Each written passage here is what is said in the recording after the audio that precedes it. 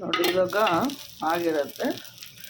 ಭಾಳ ಸಿಂಪಲ್ ಇದು ದೋಸೆ ಮಾಡೋದು, ಇಂಥ ದೊಡ್ಡ ಕಷ್ಟದ ಕೆಲಸ ಏನೂ ಅಲ್ಲ.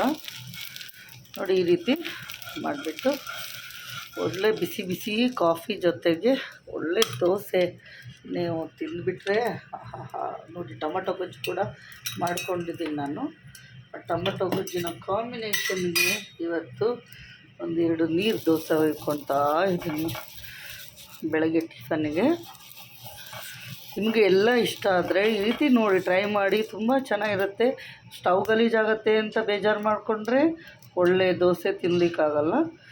ಎಲ್ಲರೂ ನಾವು ಮಾಡಿ ಒರೆಸ್ಕೊಂಡು ಕ್ಲೀನ್ ಮಾಡ್ಕೊಬೋದು. ಆಮೇಲೆ ಮನೆಯವರಿಗೆಲ್ಲ ಇಷ್ಟ ಆಗುವಂಥದ್ದನ್ನ ಮಾಡಿಕೊಡೋದ್ರಲ್ಲೇ ಖುಷಿ ಆಗುತ್ತೆ ನಮಗೆ, ಶ್ರಮ ಏನೂ ಅನಿಸಲ್ಲ. ನೋಡಿ ಈ ಥರ ತೆಳುವಿಗೆ ಹುಯ್ಕೊಬೇಕು. ಹುಯ್ಕೊಂಡು ಈ ರೀತಿ ಮುಚ್ಚಿಡೋದ್ರಿಂದ ಚೆನ್ನಾಗಿ ಬೇಯುತ್ತೆ. ಈಗ ಇಡ್ಲಿ ತಪ್ಪಲೆದು ಇಲ್ಲ ಕಡುಬಿನ ಸರ್ಗಲಿಂದ ಮುಚ್ಚೋದ್ರಿಂದನೂ ಕೂಡ ಚೆನ್ನಾಗಿ ಬೇಯುತ್ತೆ.